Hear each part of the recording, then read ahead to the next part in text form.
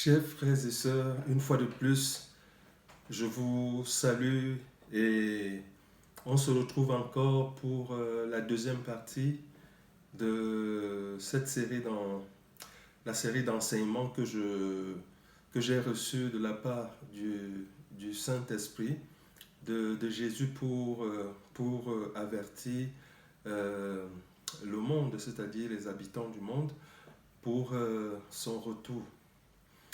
Et je voudrais encore nous dire que le retour de notre Seigneur Jésus est imminent. Et j'ai vraiment, ces derniers temps, été poussé par le Saint-Esprit. Et nous savons que la parole de Dieu dit que c'est poussé par le Saint-Esprit que les hommes ont parlé de la part de Dieu. Donc vraiment, là, je me sens poussé pour le faire. Et pour nous dire que vraiment nous sommes dans les derniers temps.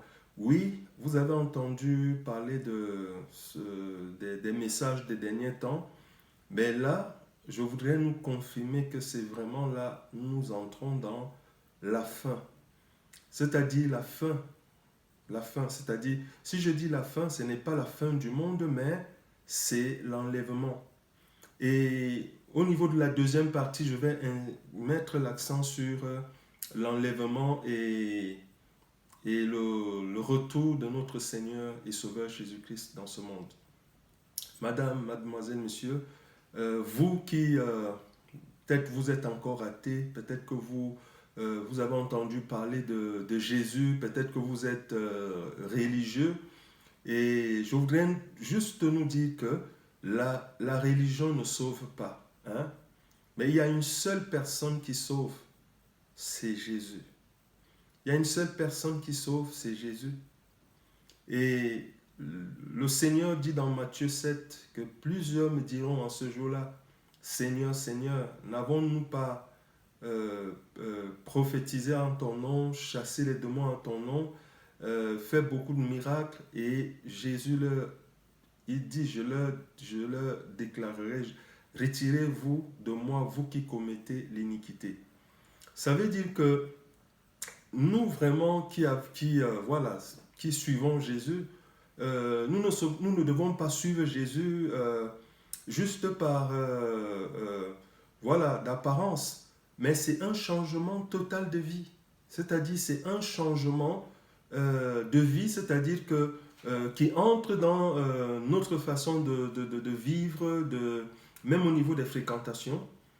Donc, vraiment, je voudrais encore nous dire que tous les signes qui avaient été annoncés, c'est-à-dire par les prophètes, ces signes-là se sont accomplis. Tous les signes, tous les signes. Et je voudrais aussi insister sur les 70 générations qui avaient été arrêtées par notre Dieu et révélées au prophète Daniel. Et les 70 générations. Et je voudrais nous confirmer que nous sommes la dernière génération. La dernière génération, c'est-à-dire, nous aurons, c'est-à-dire, le privilège non seulement de vivre l'enlèvement, c'est-à-dire d'être enlevé ou d'être laissé, et aussi de passer, c'est-à-dire de vivre les 7 années de tribulation. Les 7 années de tribulation, comme je l'ai dit lors de mon premier message, les 7 années de tribulation, vaut mieux ne pas les vivre parce que Dieu va juger le monde et ça va être des moments de jugement. Et les 7 archanges qui sont devant Dieu et qui ont déjà leur coupe, et leur coupe, hein, c'est-à-dire sont déjà remplis de la colère. La colère sans mélange de Dieu dans leur coupe, et ils sont prêts à verser cette coupe dans ce monde. Donc voilà, et Dieu veut épargner, Jésus veut épargner son Église. Jésus veut épargner celles et ceux qui vont... Parce que la Bible dit que quiconque invoquera le nom du Seigneur sera sauvé. Mais c'est maintenant qu'il faut invoquer le nom du Seigneur. C'est maintenant qu'il faut crier à lui. Maintenant qu'il faut lui demander, lui donner votre vie. Parce que c'est maintenant, mes bien-aimés. Tous les signes sont accomplis. Tous les signes que les prophètes avaient dit, c'est-à-dire que ces signes-là devaient précéder les 7 années de tribulation, nous les vivons déjà. Et je voudrais mettre l'accent sur 2 choses, c'est-à-dire le retour de notre Seigneur Jésus-Christ. Il revient 2 fois, il reviendra 2 fois. La première fois, c'est pour prendre son Église, c'est-à-dire les prémices. Et il reviendra prendre celles et ceux qui se sont préparés. Parce que l'Église du Seigneur est son épouse. Et son épouse s'est préparée. Donc il reviendra enlever celles et ceux qui ont vraiment changé de vie et qui ont cherché sa face. Donc ça veut dire que si nous voulons vraiment plaire à Jésus, il y a beaucoup de choses que nous devons changer. La haine, la colère, la méchanceté, la rancune, toutes ces choses que voilà, j'ai déjà eu à citer certains. Donc, il faut vraiment quitter ce monde-là. Il faut vraiment, c'est important, chers frères et sœurs, de montrer vraiment au Seigneur qu'on a changé de vie. Et je ne sais pas si vous savez que Jésus va revenir, c'est-à-dire les 7 années de tribulation, l'Église va les passer avec Jésus au ciel. Et après les 7 années de tribulation, notre Seigneur va revenir dans ce monde. Il reviendra dans ce monde pour établir son royaume. Donc je voudrais attirer notre attention de ne pas avoir le regard sur les choses de ce monde. Est-ce que vous savez que tous ces pays que nous entendons parler demain n'existeront plus? Il n'y aura plus de la France demain, ni des États-Unis demain, ni de la Suisse, de la Belgique. Tous ces pays seront rayés de la carte, rayés de la carte. Quand Jésus va revenir, il va rayer tous ces pays de la carte, mes bien-aimés, du monde. Ce que je nous dis est vrai. Il va les rayer de la carte. Et il va créer son gouvernement. S'il y a des gens qui vous ont dit que dans le ciel, ou soit quand Jésus va revenir, les gens vont... non, Jésus, c'est-à-dire, il va établir son gouvernement. Un gouvernement, nous savons ce que c'est qu'un gouvernement. Donc vraiment, ce gouvernement sera constitué des enfants de Dieu et des gens qui, c'est-à-dire à qui on va donner le pouvoir de gérer 5 villes, 2 villes, 3 villes, 4 villes, en fonction de leur fidélité à Jésus, en fonction de ce qu'ils auront fait avant la venue de Jésus. Donc, toutes ces choses, mes bien-aimés, nous allons les vivre. C'est toi, tu te contentes de ton passeport. Ton passeport ne te donnera pas la vie éternelle. Si tu te contentes de ta nation ne te donnera pas la vie, parce que quand Jésus va revenir, il va rayer toutes ces choses-là de la carte, toutes ces nations. Il n'y aura plus des États-Unis, il n'y aura plus de tous ces pays. Jésus va mettre, c'est-à-dire son gouvernement dans ce monde, et il va confier, c'est-à-dire à ses enfants, c'est-à-dire il va donner, c'est-à-dire ces enfants vont gérer, ces enfants seront nommés, c'est-à-dire il y aura des gouverneurs et des rois un peu partout. Et je voudrais vraiment attirer notre attention pour nous dire que c'est maintenant que nous devons changer de vie. C'est maintenant que nous devons suivre Jésus. Parce que quand Jésus va revenir, il revient pour juger. C'est-à-dire nous aurons déjà passé l'époque de la grâce. Aujourd'hui encore, il y a la grâce. Aujourd'hui encore, tu peux échapper. Aujourd'hui encore, tu peux, c'est-à-dire dire, Jésus, je te donne ma vie. Jésus, je veux te suivre. Et tu seras sauvé. Et vraiment, j'attire notre attention pour nous dire que en ce moment même où je nous parle, hein, les choses sont en train de se mettre en place dans le ciel. Les choses sont en train de se mettre en place dans le ciel pour cet événement extraordinaire, l'enlèvement.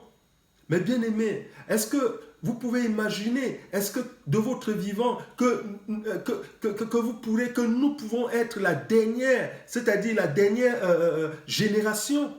Nous sommes la dernière génération. La génération qui verra l'enlèvement, c'est-à-dire qui sera enlevée. Alors, je ne sais pas. Est-ce que tu voudrais vraiment être enlevé par Jésus? Si tu veux être enlevé par Jésus, il faut quitter le monde pour Jésus. Il faut servir Jésus. Et c'est important aujourd'hui. On en retrouve les enfants de Dieu qui vagabondent. On en retrouve les enfants de Dieu qui ne sont pas stables. Et je voudrais mettre l'accent sur l'église locale. Jésus reviendra chercher des gens dans l'église locale. Ça veut dire que si tu ne persévères pas dans une église, si tu n'as pas, c'est-à-dire suivi Jésus dans une église, tu ne seras pas enlevé. Il y a des gens qui disent, ah, moi je serai enlevé même si je prie chez moi, même si je ne vais pas dans une église. Mais non, ce n'est pas vrai. C'est l'ennemi qui vous endort. Parce que Jésus, dans sa parole, il dit, là où 2 ou 3 se rassemblent à mon nom, je suis au milieu d'eux. C'est la parole de Dieu. Et là où 2, ça veut dire l'église. Ça veut dire que si tu restes chez toi, tu ne pourras pas grandir spirituellement. Tu ne pourras pas grandir dans la connaissance de la parole de Dieu. Tu as besoin d'aller, c'est-à-dire de sortir, d'aller dans une église. Oui, il y a des gens qui disent, j'ai fait cette démarche, je suis allé dans une église, j'ai été déçu et je suis rentré. Depuis ce temps, j'ai décidé de ne plus aller à l'église. Mais non, tu n'auras pas raison. Tu n'as même pas raison devant Jésus. Et nous savons qu'il y a toujours, c'est-à-dire des choses, c'est-à-dire il y a l'original et la contrefaçon. C'est-à-dire que des gens qui vont imiter. Donc, il y a les vrais pasteurs et il y a des faux pasteurs. Il y a des vraies églises et il y a des fausses. Si tu as été déçu dans une église, il faut te remettre au Seigneur. Prie, demande au Seigneur de te montrer une église là où tu pourras vraiment le trouver, le rencontrer. Mais ne reste pas chez toi. Parce que si tu restes chez toi, tu seras vraiment dans l'influence du monde. Et l'ennemi va t'endormir. Tu vas entrer dans le jugement, tu vas entrer dans les choses voilà, qui font la guerre à l'esprit, tu vois, dans la chair. Donc vraiment, je vous encourage, vous qui n'avez pas d'église, cherchez une église. Vous verrez, priez, demandez au Saint-Esprit et il vous montrera une église. Il vous montrera une église parce que Jésus reviendra chercher ses enfants qui sont dans une église, dans l'église locale. C'est pour cela qu'il dit que ceux qui persévéreront, celui qui persévérera jusqu'à la fin sera sauvé. Ça veut dire que si tu persévères dans cette église jusqu'à la fin, tu seras enlevé. Quelles que soient des persécutions, tu sais que le Seigneur est avec toi et il te donnera la victoire. Nous sommes vraiment arrivés à une phase, c'est-à-dire où nous devons plus dormir. C'est-à-dire que nous devons nous lever. Nous devons nous lever. Nous devons vraiment chercher un endroit.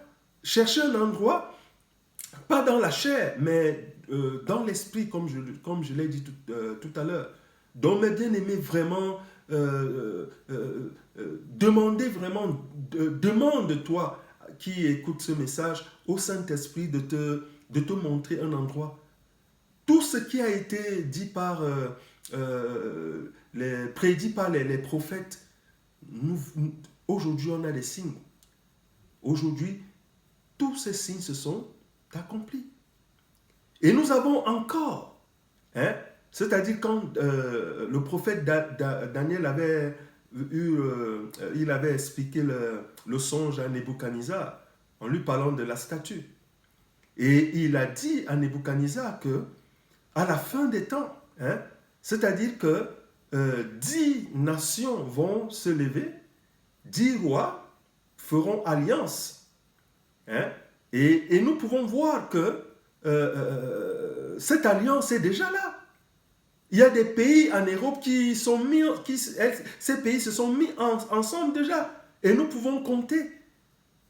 Moi, je crois que le Seigneur, vraiment, tout ce qu'il a révélé à ses prophètes, c'est réalisé. Nous sommes en train de les vivre.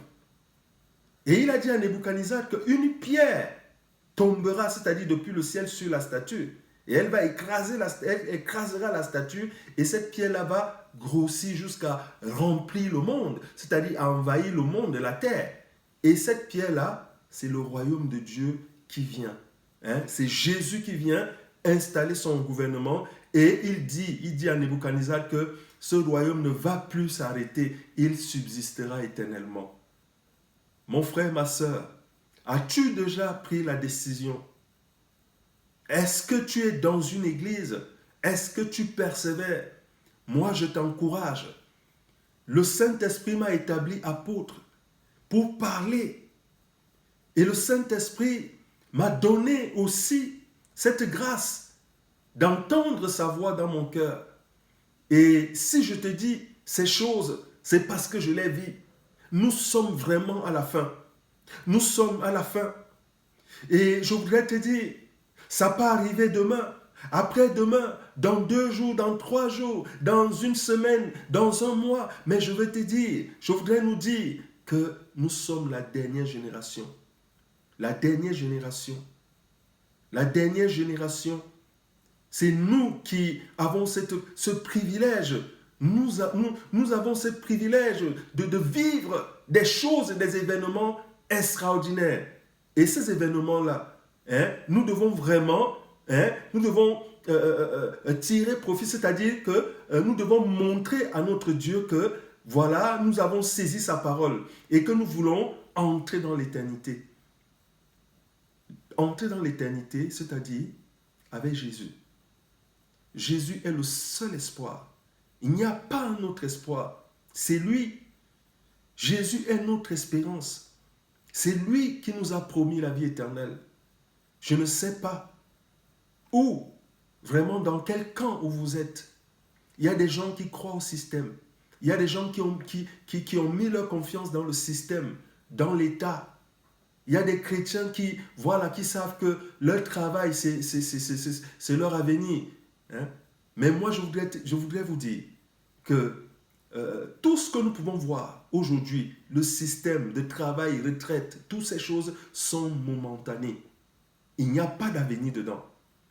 Mais la seule personne qui nous promet un avenir au-delà du système, c'est Jésus. Je voudrais vraiment vous encourager à le chercher maintenant et à vous tourner vers lui, parce qu'il y a encore de l'espoir pour vous. Si vous décidez aujourd'hui que vous donnez, c'est-à-dire que vous donnez votre vie à Jésus, vous verrez des changements, parce que Jésus lui-même va vous montrer que ce que vous avez pris ou vous prenez comme décision, c'est-à-dire les conséquences de cette décision seront bénéfiques pour vous, et vous ne pouvez qu'entrer dans la joie de Jésus, une joie éternelle, une joie qui nous promet sans fin. Vous imaginez, hein? Il y a des gens qu'on annonce, vous avez fait ceci, vous avez gagné ou soit l'argent à la loterie, vous avez eu une promotion, c'est une joie, c'est-à-dire elle est momentanée, elle passe. Mais Jésus nous promet une joie éternelle, une joie qui ne finira pas. Hein? Ça veut dire que nous entrons dans une joie sans fin. Je vais m'arrêter là, et avant de m'arrêter, je voudrais encore faire juste une dernière lecture je voudrais faire cette lecture dans Apocalypse, chapitre Apocalypse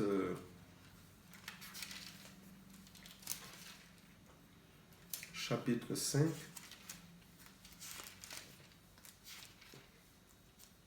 Et je vais lire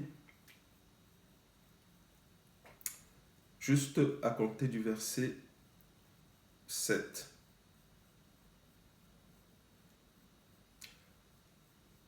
Il vint et prit le livre de la main droite de celui qui était assis sur le trône. Quand il eut pris le livre, Et les 4 êtres vivants et les 24 vieillards se prosterna devant l'agneau, tenant chacun une harpe de la coupe d'or remplie de parfums, qui sont les prières des saints. Ils chantaient un cantique nouveau en disant, « Tu es digne de prendre le livre et d'ouvrir les sceaux, car tu as été immolé et tu as racheté pour Dieu par ton sang des hommes de toute tribu, de toute langue, de tout peuple et de toute nation. Tu as fait d'eux un royaume et des sacrificateurs pour notre Dieu. Ils régneront sur la terre. » Est-ce que vous avez suivi? Pour finir, il dit, tu as fait d'eux un royaume et des sacrificateurs pour notre Dieu et ils régneront sur la terre. Je vais m'arrêter là. Ils régneront sur la terre. Ça veut dire que quand Jésus va revenir bientôt,